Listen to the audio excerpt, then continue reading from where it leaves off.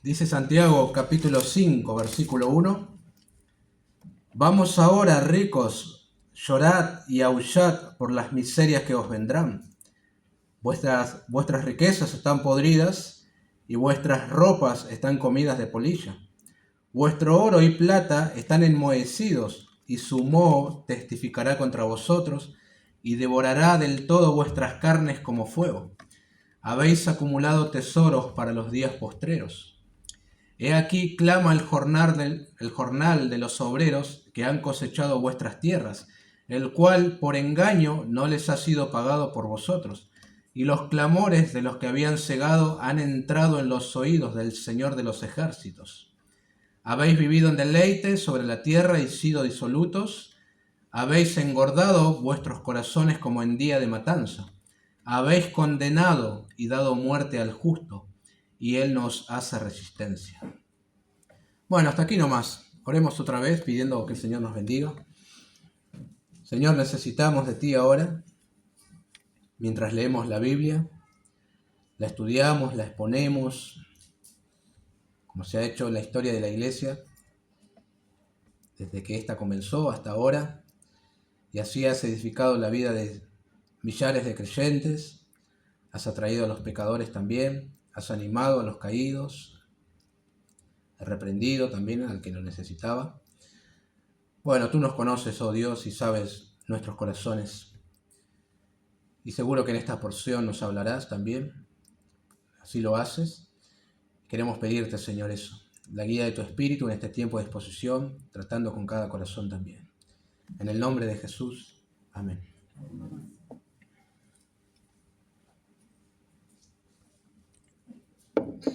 Bueno, como ustedes saben, el Señor Jesús tuvo entre sus filas de seguidores algunas personas que eran adineradas, ¿no? Ricas pueden ser, en su mayoría, o estaban bien paradas, como quieran decirlo ustedes, ¿no? José de Arimatea es uno de ellos, Nicodemo, bueno, Zaqueo también, porque él se convierte y después es un seguidor de Jesús. No sé si me olvido de alguno de entre ellos. Después, en la época de los apóstoles, Bernabé era un hombre adinerado también. Si se quiere, Lidia, porque era vendedora de púrpura y bueno, los comentaristas dicen que económicamente estaba bastante bien. Y no sé si me olvido de algún otro, pero básicamente ya paré de contar, ¿no? Con una sola mano tengo una lista ahí y puedo añadirle a lo mejor uno u otro y nada más. ¿Qué quiero decir? Que en líneas generales eran pocos los ricos que seguían a Jesús. Y no porque Jesús estuviera en contra de los ricos o en contra de que alguien posea riquezas, porque él nunca enseñó de esa manera, de que si vos tenías riquezas ya estabas mal. No es así. Ahora, sí hizo algo el Señor y no podemos negarlo, ¿no? En sus enseñanzas, estas dan a entender que las riquezas es como un obstáculo para el discipulado, para seguir al Señor. No que es imposible que seas rico y le sigas, pero como que el pobre no tiene ese obstáculo y el rico sí lo tiene. Y justamente es las riquezas, ¿no? Por ejemplo, él dijo en Mateo, yo voy a ir leyendo algunas citas, capítulo 19, 23 y 24.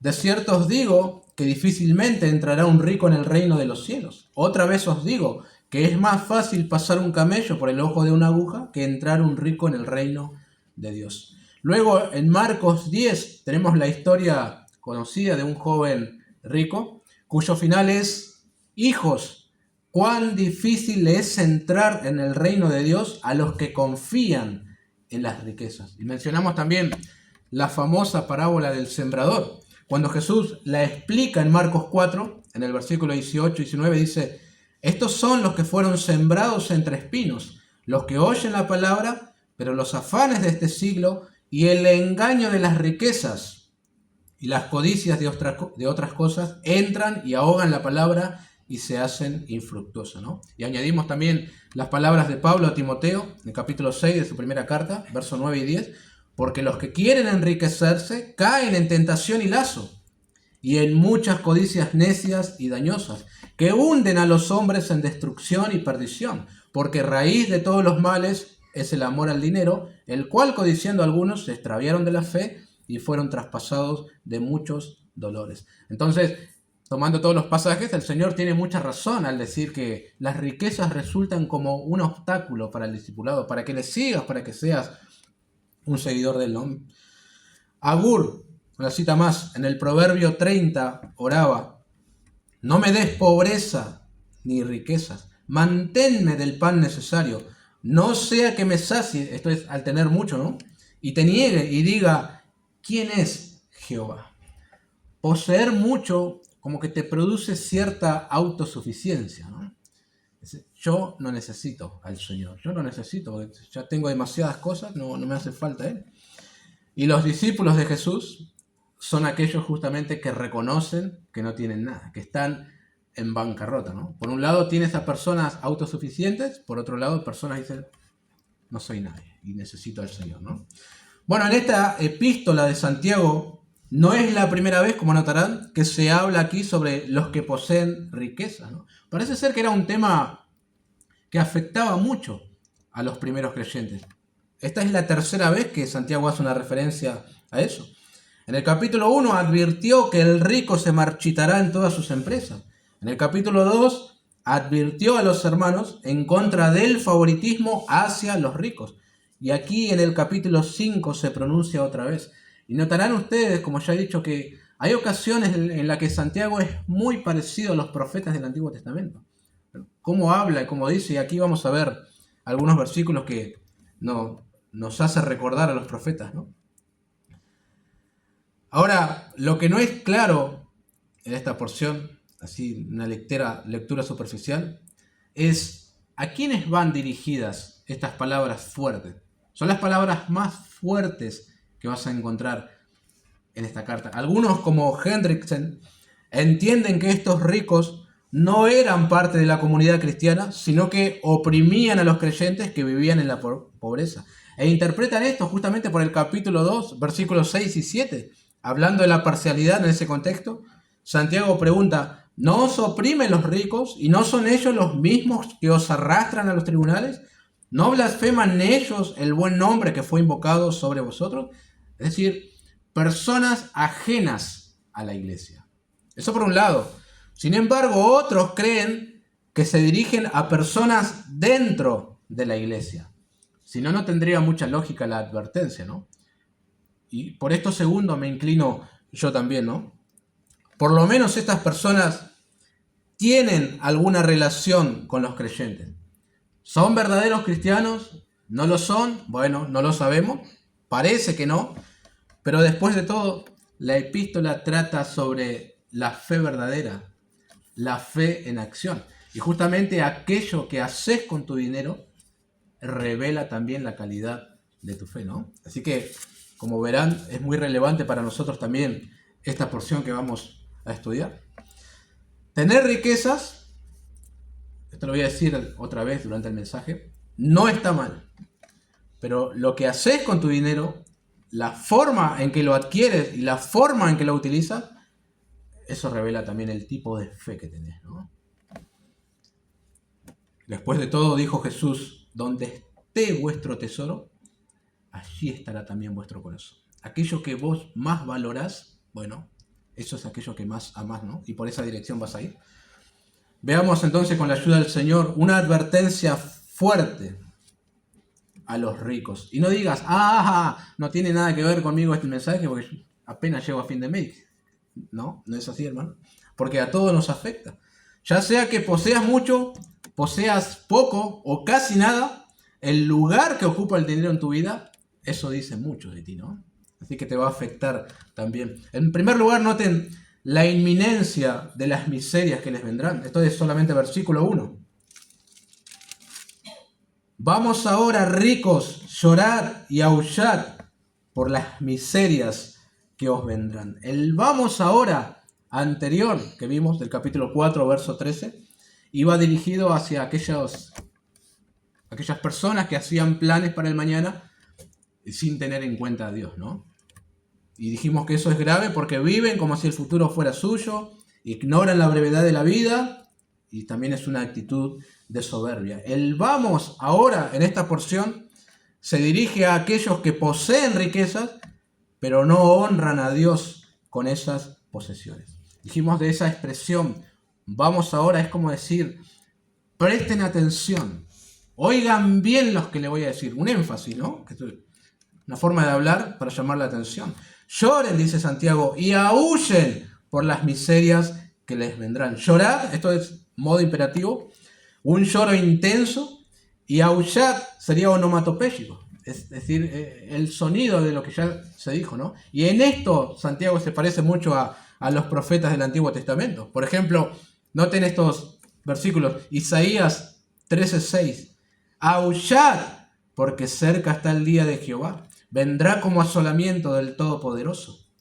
Jeremías 25:34, aullad, pastores, y clamad, revolcaos en el polvo, mayorales del rebaño, porque cumplidos son vuestros días para que seáis degollados y esparcidos, y caeréis como vaso precioso.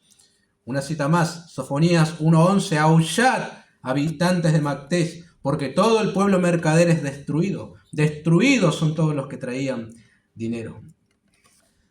Ahora, Santiago acá no parece estar exhortando a esta audiencia como para que se arrepientan de eso, ¿no?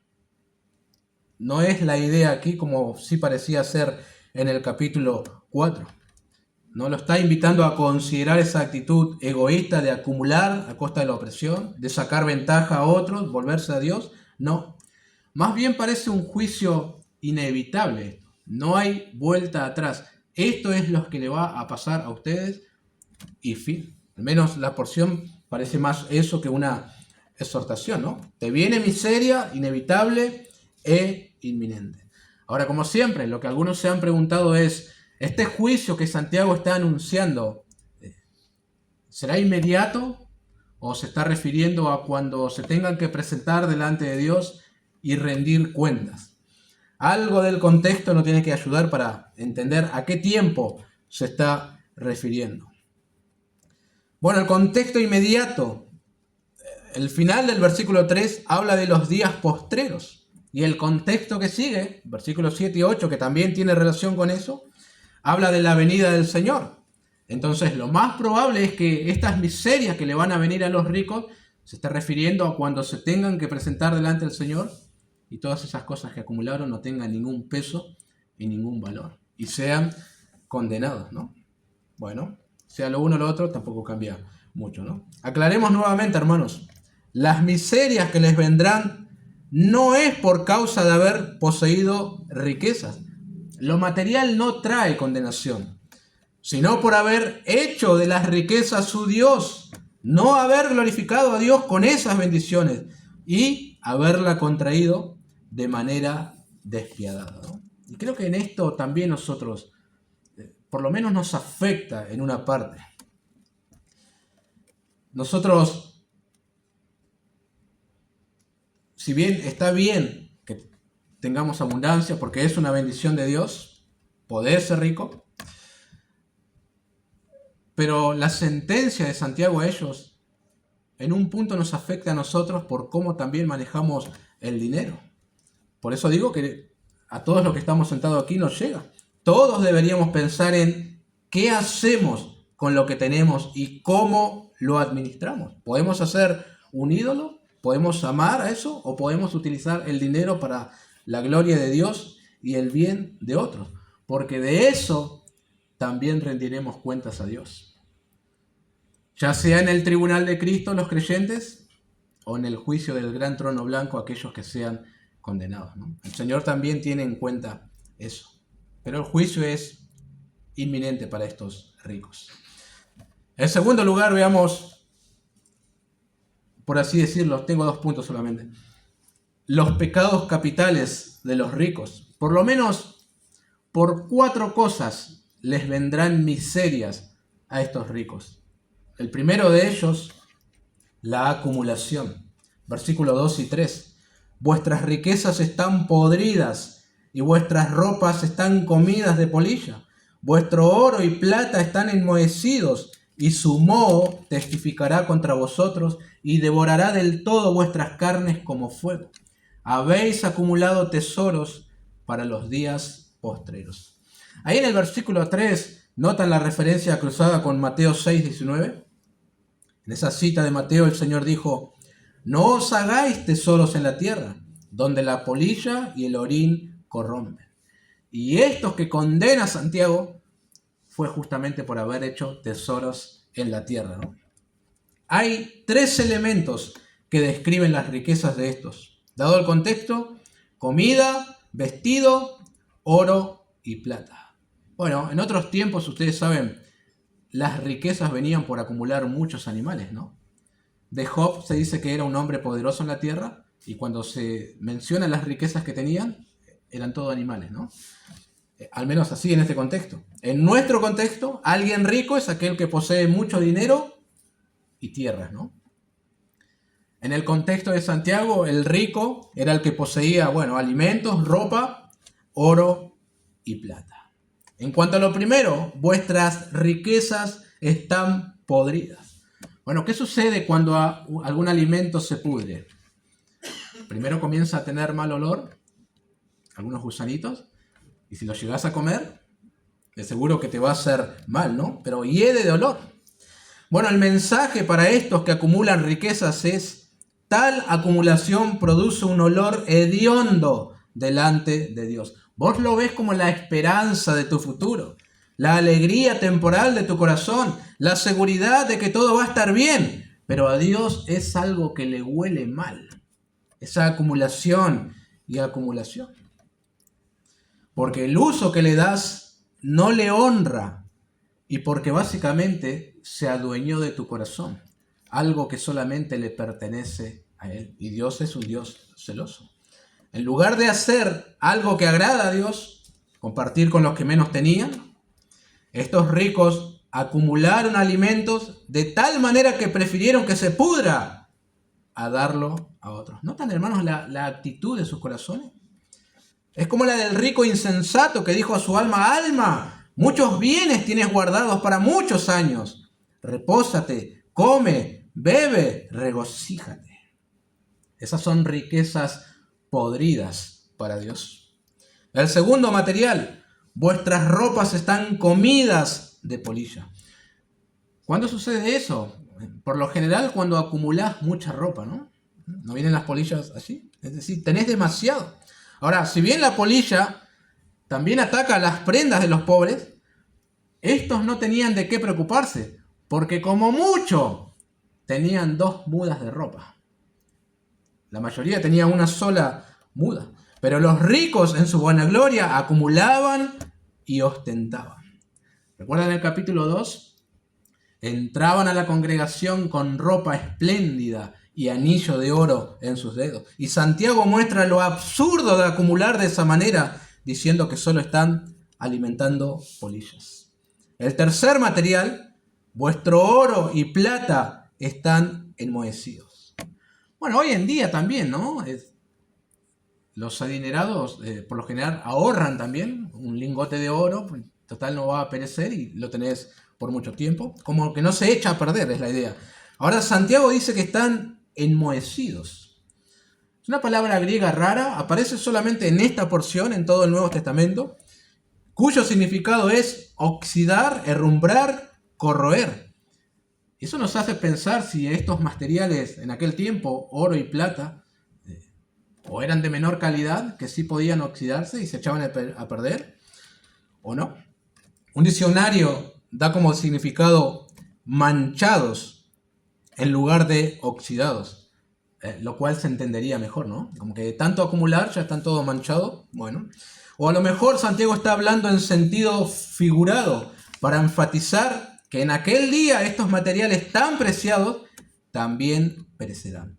El punto es el mismo, hermanos: la inutilidad de acumular riquezas, ese moho, esa mancha, ese óxido que evidencia acumulación, dará testimonio en aquel día de la condición de esos corazones, que ahora se encuentran delante del juez y tienen que rendir cuentas, ¿no?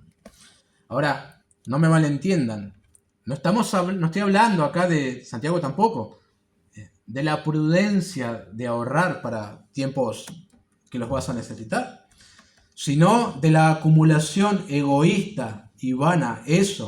Hacer eso es una tontería, ¿no? Alguien que fue verdaderamente rico, como Salomón, aconsejó a su hijo en el Proverbio 23, 4 y 5. No te afanes por hacerte rico. Sé prudente y desiste. ¿Has de poner tus ojos en las riquezas siendo ningunas? Porque se harán alas como alas de águila y volarán al cielo. Lo que quiero lograr, hermanos, porque entiendo que la porción nos lleva a eso, es que pensemos en el uso que nosotros le damos a nuestros bienes, ¿no? Que fueron dados por Dios, obviamente. Si bien acá nadie es rico en las dimensiones que Santiago está condenando, ¿no? Aún así, a todos se nos dio algo. Y ya sabemos que la acumulación sin principios bíblicos, sin propósitos espirituales y con motivos egoístas es algo que no agrada a Dios. Entonces tenemos que pensar en el uso prudente de nuestros bienes, que glorifique a Dios y que contribuya al avance del reino. Eso es hacer tesoro en el cielo, algo que agrada a Dios, ¿no? Pastor MacArthur dice, se debe disfrutar de la riqueza como una bendición de Dios y se debe emplear para cumplir su voluntad, satisfaciendo las necesidades y anunciando el Evangelio. Los que no lo hacen así, sufren el juicio. Fin de la cita. Bueno, compartir con los que tienen necesidad, en su justa medida, de manera prudente, sin fomentar la vagancia, eso está bien y es bíblico. Dar para el avance del reino de Dios, maravilloso. Los filipenses, como estamos comenzando a estudiar los jueves, ofrendaban para el ministerio del apóstol Pablo. Y él dice de esa ofrenda, olor fragante, sacrificio acepto, agradable a Dios. Filipenses 4:18. Eso es mejor que acumular riquezas tontamente. No solo estás contribuyendo al avance del reino de Dios, sino que estás haciendo tesoros en los cielos. Cuando llegues allá, hermano Juancito, acá está su inversión. Disfrute sus tesoros. Bueno, el segundo pecado capital de los ricos es que sus riquezas fueron adquiridas a través del engaño. Noten el versículo 4, volviendo a Santiago. He aquí clama el jornal de los obreros que han cosechado vuestras tierras, el cual por engaño no les ha sido pagado por vosotros, y los clamores de los que habían cegado han entrado en los oídos del Señor de los ejércitos. Bueno, como notarán, siempre hubo personas que explotaban a los que menos tenían, justamente para enriquecerse ellos, ¿no? No ha cambiado nada en nuestros días. La idea parece ser, hermanos, no tanto que estos ricos no le pagaron a los jornaleros por el trabajo que habían realizado, sino que los estafaron, es decir, les dieron menos en su paga. Ustedes saben, en aquel tiempo los obreros se paraban en las plazas y venía el dueño enviaba a uno y comenzaba a seleccionar y se lo llevaba todo y acordaban un pago. Parece ser que en este caso, cuando llegó el momento del pago, le dieron mucho menos. Y estos no podían hacer nada, ni siquiera defenderse. Solamente una cosa podían hacer: clamar a Dios. Y que eso les sea tomado por pecado. Bueno, el Señor ilustró eso en Mateo 20, en el relato de los obreros de la viña. Ahora, no había ni hay peor cosa para un trabajador que se bancó el sol durante todo el día, que llegue el momento de cobrar y te den menos de lo acordado. Qué feo es eso. No había sindicatos, no había leyes que regulen esto, así que para el jornalero no había nadie a quien gritar y pedir ayuda. Pero había uno en los cielos que escuchaba esos gritos silenciosos del obrero e iba tomando nota, ¿no? Al Señor sí le interesaba lo que estaba pasando. De hecho, en la ley de Dios, Él regulaba esto. Noten Deuteronomio 24, 14 y 15. No oprimirás al jornalero pobre y menesteroso, ya sea de tus hermanos o de los extranjeros que habitan en tu tierra dentro de tus ciudades. En su día le darás su jornal, y no se pondrá el sol sin dárselo, pues es pobre, y con él sustenta su vida, para que no clame contra ti a Jehová y sea en ti pecado. Eso es lo que está pensando aquí, lo que está pasando en Santiago 5. También Levítico 19:13. No oprimirás a tu prójimo ni le robarás. Noten esto. No retendrás el salario del jornalero en tu casa hasta la mañana. Tremendo. Qué detallista es Dios en esto, ¿no? Él sabe que es justo que si trabajó por un día, ese día tiene que ser pagado. Aunque sea la última hora del día, cuando se retire tiene que tener el dinero en sus bolsillos, ¿no? Tal como acordaron, y no menos. Sin embargo, en los días de Santiago también se está viviendo injusticia social, como en los días de los profetas. Y aquí Santiago se pone también la camiseta de profeta y denuncia el pecado. Los clamores de los que habían cegado han entrado en los oídos del Señor de los ejércitos. Y aquí retumban la voz del profeta Jeremías y también Malaquías. Ay del que edifica su casa sin justicia y sus salas sin equidad, sirviéndose de su prójimo de balde y no dándole el salario de su trabajo, Jeremías 22. Y vendré a vosotros para juicio y seré pronto testigo contra los hechiceros y adúlteros, contra los que juran mentira, noten esto, y los que defraudan en su salario al jornalero, a la viuda y al huérfano, y los que hacen injusticia al extranjero, no teniendo temor de mí, dice Jehová de los ejércitos en Malaquías capítulo 3, 5. Qué terrible, hermanos, era el pecado de los ricos, ¿no? No solo acumular, sino también haber adquirido tal riqueza a través del engaño, defraudando a otros, y en este caso a los que menos tenían, ¿no? Y creo que en este punto hay una conexión también con nosotros, ¿no? Hay un principio que aplica a nosotros. Si bien, como dije, nadie es rico en estas dimensiones, ¿no?, que menciona Santiago, pero a veces, aún lo que tenemos, sea mucho o poco, o lo que vamos adquiriendo, puede ser por medio de mentiras, engañando, sacando ventaja, y eso no deja de ser aborrecible para Dios. No cometamos, hermanos, este pecado de defraudar, engañar para adquirir algo. Sé que los que trabajan en relación de dependencia son tentados a esto, ¿no? A veces a querer agarrar que sea algo pequeño, que total tiene mucho ahí, ¿qué le va a hacer si saca un poquito? Y también conviven con personas que lo practican, ¿no? Yo he trabajado en 4 o 5 empresas y era moneda corriente esto, de verlo en los compañeros, ¿no?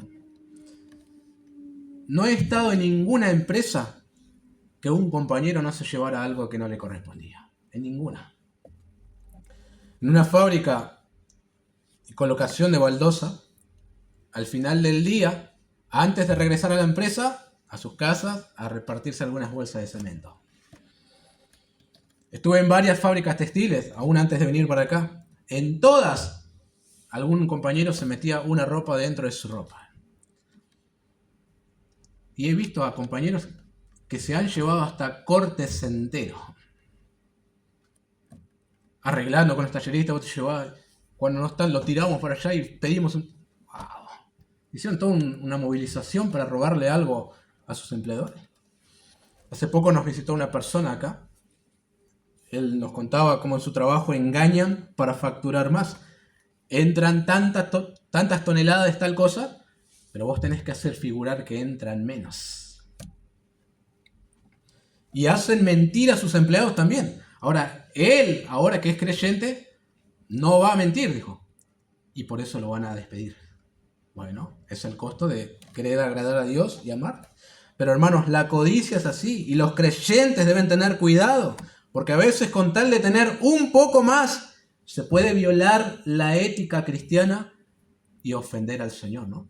Al Señor que todo lo ve. No sé. Doy vuelta al medidor. Algunos hacen ese truquito. Le puedo poner un palito ahí, frena un poquito el cómo gira y no sé si siguen haciendo eso hoy en día. Y así me viene un poco menos. A fin de mes, uy, me sobró dinero. ¿Y cómo lo adquiriste? Así, engañando, ¿no? Haciendo fraude. Hay que ser íntegros, hermanos. El tercer pecado capital de los ricos: malgastar el dinero en placeres. Versículo 5. Habéis vivido en deleites sobre la tierra y sido disolutos. Habéis engordado vuestros corazones como en día de matanza. Bueno, un ejemplo de esto es lo que sucede a muchos deportistas hoy en día, ¿no? A lo mejor comenzaron muy de abajo, siempre sale una historia, no, fulano era de tal favela y ahora se hizo futbolista profesional, y ustedes lo ven y malgastan y se empiezan a comprar lo que nunca pudieron, y algunos hasta terminan en bancarrota después, ¿no? De haberle dado un mal uso a todo lo que trabajaron y adquirieron. Santiago condena enérgicamente esa vida de despilfarro, que es común desde el principio de la creación hasta ahora, ¿no? El Señor, hablando de Juan el Bautista, en Lucas 7:25 dice: «Mas, ¿qué salisteis a ver? ¿A un hombre cubierto de vestiduras delicadas? He aquí», noten, «los que tienen vestidura preciosa y viven en deleites, en los palacios de los reyes están». Era algo normal, el que mucho tiene que despilfarrar. Parecía la ley del mundo, ¿no? La ley del rico. Alguien disoluto es alguien que vive en excesos y libertinaje. Un ejemplo de esto, el hijo pródigo. Adquirió, agarró toda la herencia que supuestamente le correspondía, se fue y se lo malgastó todo en deleites temporales. Eso es alguien que vive en disolución, ¿no? Otro ejemplo, el rico de Lucas 16. Se vestía de púrpura y de lino fino y hacía cada día banquete con esplendidez. Hermanos, una cosa es disfrutar de las bendiciones que el Señor nos da, como dijo Salomón, que es un don de Dios. Todo hombre a quien Dios da riquezas y bienes y le da también la facultad para que coma de ellos y tome su parte y goce de su trabajo. Eclesiastés 5. Pero otra cosa es sumergirse en los placeres de este mundo y comenzar a despilfarrar. Total, tengo mucho. El lenguaje continúa siendo muy semejante al de los profetas. Eso de que engordaron sus corazones como en día de matanza, suena la voz profética de Jeremías, que para referirse a la destrucción anunciada sobre Egipto dice: sus soldados mercenarios también en medio de ella como becerros engordados. Jeremías 46:21. Los animales comen, se engordan y ni siquiera son conscientes de que van a ir a la matanza. Así también los ricos viven en sus placeres. No son conscientes que se presentarán ante Dios y serán juzgados por su modo de vivir, por lo que adquirieron y malgastaron, ¿no? Hay una condena al derroche acá, a gastar en lo que no conviene.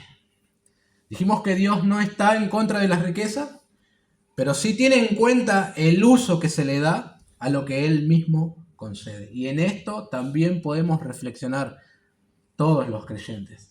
Estamos aquí involucrados también sin necesidad de ser ricos. A lo mejor somos de los que gastamos en cosas completamente innecesarias, acumulando sin pensar en necesidades de otros, sin pensar en el progreso del Evangelio, sin pensar en las misiones. Leonard Ravenhill dijo algo muy cierto, sin querer ofender a nadie acá, ¿no? Pero dijo: hoy en día los cristianos gastan más dinero en comida para perros que en misiones. Y qué razón tiene, ¿no?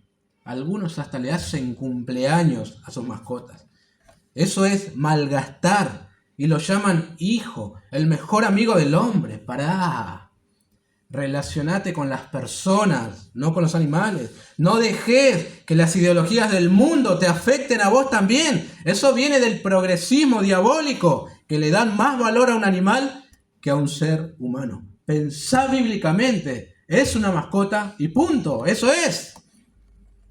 Pero así tenemos otros muchos ejemplos. Acumulando zapatos, carteras, viviendo un hedonismo y siendo ajenos a los pensamientos de Dios en cuanto al dinero y los bienes. Debemos ser buenos mayordomos, hermanos, porque de eso también vamos a rendir cuenta al Señor. Yo te di tanto, ¿qué hiciste? Bueno. El cuarto pecado capital de los ricos, una actitud despiadada hacia los pobres. Versículo 6. Habéis condenado y dado muerte al justo, y él nos hace resistencia. Bueno, uno lee esto y se sorprende, ¿no? Al menos me he sorprendido prestando atención y estudiando esto, porque pasaron muchos años desde que se escribió esto.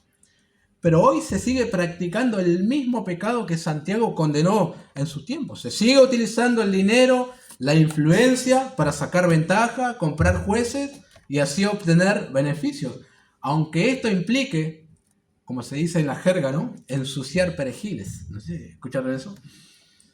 Acá algunos comentaristas están de acuerdo en que no necesariamente cuando Santiago dice que los ricos condenaron y dieron muerte al justo, se está hablando de un homicidio. No parece ser eso, ¿no? Sino que es un lenguaje figurado para hablar de que a través del cohecho, el soborno, dañaron la vida de los pobres jornaleros. Tal como leímos en el capítulo 2, versículo 6. ¿No os oprimen los ricos y no son ellos los mismos que os arrastran a los tribunales? Y en ese arrastre sobornan y perjudican al que menos tiene, ¿no? Así que no es un homicidio, sino hacerle daño a otra persona. El libro apócrifo de Eclesiástico, en el capítulo 34, verso 22, dice: mata a su prójimo quien le arrebata su sustento. Vierte sangre quien quita el jornal al jornalero. Bueno, eso parece significar lo que está diciendo acá Santiago. Es como si mataras al jornalero al privarlo de su paga. Y él nos hace resistencia, añade, ¿no? Es muy probable que esta situación es la que estuvieran viviendo los creyentes en aquel tiempo, ¿no? Ellos nacieron de nuevo, ellos aprendieron a no devolver mal por mal, sino orar por los que os persiguen y os ultrajan. Entonces, ante esta injusticia, no hacen resistencia. Sin embargo, hermanos, el Dios que todo lo ve con lujo y detalles, Él sabe lo que están viviendo. Y que se agarren, dice Santiago, estos tipos cuando tengan que presentarse delante de Dios, por lo que hicieron con los obreros, ¿no? Otra vez, remontándonos a la época de los profetas. Amós capítulo 5, verso 12. Porque yo sé de vuestras muchas rebeliones y de vuestros grandes pecados. Sé que afligís al justo y recibís cohecho, y en los tribunales hacéis perder su causa a los pobres. Igual que Santiago 5. Isaías 10, 1 al 4. Ay de los que dictan leyes injustas y prescriben tiranía, para apartar del juicio a los pobres y para quitar el derecho a los afligidos de mi pueblo, para despojar a las viudas y robar a los huérfanos. ¿Y qué haréis en el día del castigo? ¿A quién os acogeréis para que os ayude cuando venga de lejos el asolamiento? ¿En dónde dejaréis vuestra gloria? Sin mí se inclinarán entre los presos y entre los muertos caerán. Ni con todo esto ha cesado su furor, sino que todavía su mano está extendida. Y hoy en día es igual, hermanos. Lamentablemente, ¿no? Igual. Con una gran suma de dinero podés lograr muchas cosas. Comprar a la justicia, reducir condenas, o incluso hasta evitar que alguien vaya preso, pagando y pagando. Bueno, pero algún día todo esto terminará. Los que han vivido de esa manera, como dice Santiago, solo habéis acumulado tesoros para los días postreros. Cuando Dios abra las arcas y no encuentre allí la justicia de Cristo imputada, solo habrá moho y el clamor de los jornaleros que testificarán contra ti. Qué tremendo, qué detallista es Dios y cómo lo observa todo, ¿no? Bueno, se habrá notado, hay como una progresión en esto, ¿no? Hay como una espiral descendente. Primero, como que tenés ese deseo de acumular riquezas, tener mucho y te enfocás en eso. Después está la codicia, que ya te volvés insensible ante las necesidades de los demás. Y si podés explotar a alguno, sacarle ventaja, por más que sea pobre, lo haces. Tercero, como ya sos una persona insensible y egoísta, comenzás a vivir en placeres y deleites. Y cuarto, no tenés problema en sobornar, es decir, usar tu dinero e influencia para sacar un provecho y sin importar que otros sean dañados, ¿no? Qué tremenda condición. Pero notaron, hermanos, cómo a pesar de que nosotros no somos ricos, nos afecta de la misma manera lo que sucedió en aquel tiempo, ahora. Porque el problema no es la riqueza en sí, sino el corazón del individuo. Necesitamos, hermanos, una teología bíblica del dinero. Y con eso quiero finalizar. Primero, La Biblia nos enseña que Dios es el dueño de todo, aún las riquezas. Él es el creador de todas las cosas, incluidos los recursos materiales. El Salmo 24:1 dice, de Jehová es la tierra y su plenitud, el mundo y los que en él habitan. Y Ageo capítulo 2, verso 8, mía es la plata y mío es el oro, dice Jehová de los ejércitos. Eso nos tiene que llevar a la reflexión, ¿no? Todo le pertenece al Señor. Y si todo pertenece al Señor, yo no puedo administrarla como quiera, sino que debo hacerlo con sabiduría, pensando en si, en el uso que yo le estoy dando a mis bienes, agrada al Señor. ¿Le glorifica esto o no? Segundo, el dinero como herramienta, no como fin. El dinero en sí no es bueno, ni tampoco es malo. Vamos a decir neutral. Pero es una herramienta que puede ser utilizada para el bien o para el mal. Como hemos dicho, lo que Dios condena, hermanos, es el amor al dinero. Cuando esto ocupa tanto en tu corazón. Pero si lo utilizamos de una manera prudente, podremos hacer mucho bien a otros y a la causa del Señor sobre todo, ¿no? Tercero, la generosidad y la mayordomía. Los creyentes son llamados a ser buenos administradores de los recursos que Dios le ha confiado y a ser generosos con los demás.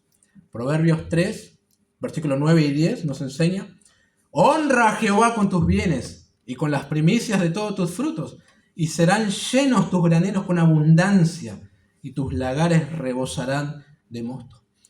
Esto es algo que encontramos también en el Nuevo Testamento. Segunda de Corintios 9, 6 hasta el 11. Dice, pero esto digo, el que siembra escasamente, también segará escasamente. Y el que siembra generosamente, generosamente también segará. Cada uno dé como propuso en su corazón, no con tristeza ni por necesidad, porque Dios ama al dador alegre. Noten esto, y poderoso es Dios para hacer que abunde en vosotros toda gracia, a fin de que, teniendo siempre en todas las cosas todo lo suficiente, abundéis para toda buena obra. Como está escrito, repartió, dio a los pobres, su justicia permanece para siempre. Y el que da semilla al que siembra y pan al que come, proveerá y multiplicará vuestra sementera y aumentará los frutos de vuestra justicia, para que estéis enriquecidos en todo, para toda liberalidad, la cual produce por medio de nosotros acción de gracia. Qué impresionante. Eso es un buen uso, una buena administración de lo que Dios nos ha dado. Cuarto y último, una advertencia contra la avaricia. Vimos que la avaricia es un grave peligro, puede desviar el corazón del creyente del verdadero propósito y de la dependencia de Dios. En Lucas 12:15, Jesús advierte y les dijo, mirad y guardaos de toda avaricia, porque la vida del hombre no consiste en la abundancia de los bienes que posee. Seamos sabios, queridos hermanos, con lo que Dios nos ha dado. Otros más, otros menos, no importa. Busquemos agradar, glorificar